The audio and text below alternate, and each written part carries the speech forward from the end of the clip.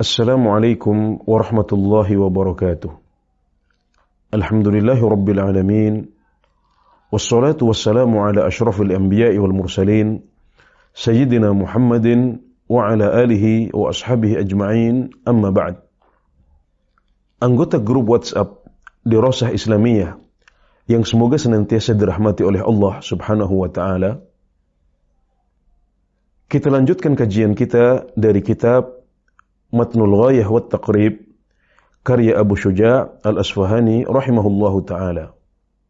Setelah berbicara tentang mandi yang wajib, penulis kitab membahas tentang mandi-mandi yang sunnah. Di sini beliau mengatakan faslun wal ightisalatul masnunatu 17 ghuslan. Pasal dan mandi-mandi yang disunnahkan itu ada 17. Ghuslul Jum'ah, yang pertama adalah mandi Jumat, yaitu mandi yang dilakukan sebagai persiapan untuk sholat Jumat. Maka waktunya adalah dari pagi hari Jumat sampai menjelang khutbah Jumat, atau sampai menjelang sholat Jumat. Ini adalah salah satu sunnah yang diajarkan oleh Rasulullah SAW. Bahkan sebagian ulama berpendapat ini wajib, karena dalam sebuah hadis yang diriwayatkan oleh Abu Sa'id Al-Khudri radhiyallahu anhu disebutkan bahwasanya Nabi Muhammad sallallahu alaihi wasallam bersabda, "Ghuslul Jum'ati wajibun ala kulli muhtadimin." Mandi Jumat itu wajib atas setiap orang yang sudah mimpi. Artinya wajib atas orang yang sudah baligh. Namun sebagian besar ulama atau jumhurul ulama berpendapat mandi Jumat ini sunnah saja. Adapun redaksi wajib dalam hadis Abu Sa'id Al-Khudri tadi dibawa kepada makna sunnah yang ditegaskan. Kadang-kadang hak atau wajib itu dipakai untuk menjelaskan sesuatu yang sifatnya sunnah tapi ditegaskan.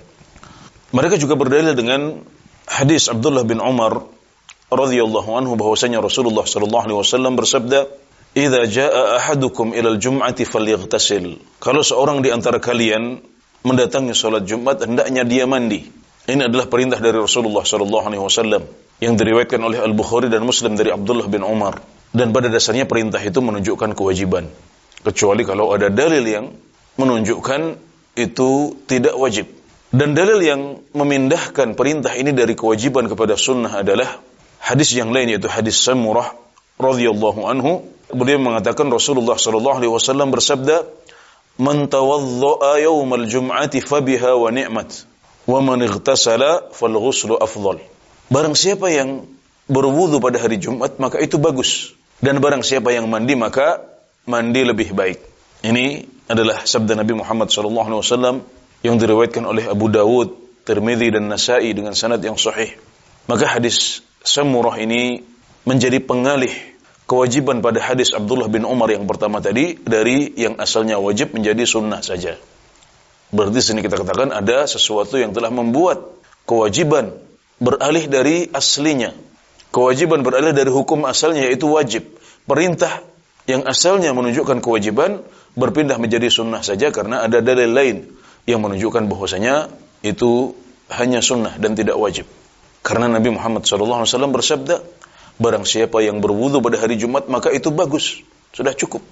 Dan barang siapa yang mandi pada hari Jumat, maka mandi itu lebih baik. Di sini menunjukkan bahwasanya mandi pada hari Jumat hukumnya adalah sunnah. Kemudian wal aidain, yang selanjutnya adalah mandi untuk salat Id, yaitu Idul Fitri dan Idul Adha.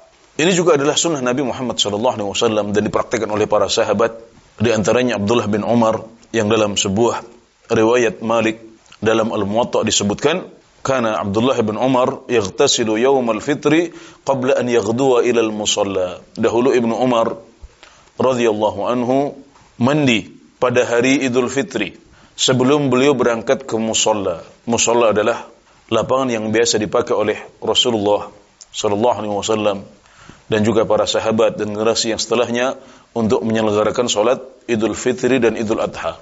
Kalau salat Jumat itu sunnahnya di masjid, maka salat Idul Fitri dan Idul Adha biasanya dilakukan oleh Rasulullah sallallahu alaihi wasallam di lapangan. Maka Abdullah bin Umar memulai hari Idul Fitri dengan mandi dahulu sebelum berangkat ke musalla ini. Maka ini adalah sunnah Nabi Muhammad SAW. Idul Adha hukumnya sama, dikiaskan dengan Idul Fitri. Memang hadisnya menyebutkan Idul Fitri saja, namun hukum Idul Adha sama, karena sama-sama Id, sama-sama akan ada sholat, sama-sama akan ada perkumpulan akbar umat Islam. Maka para ulama mengkiaskan sholat Idul Adha dengan sholat Idul Fitri.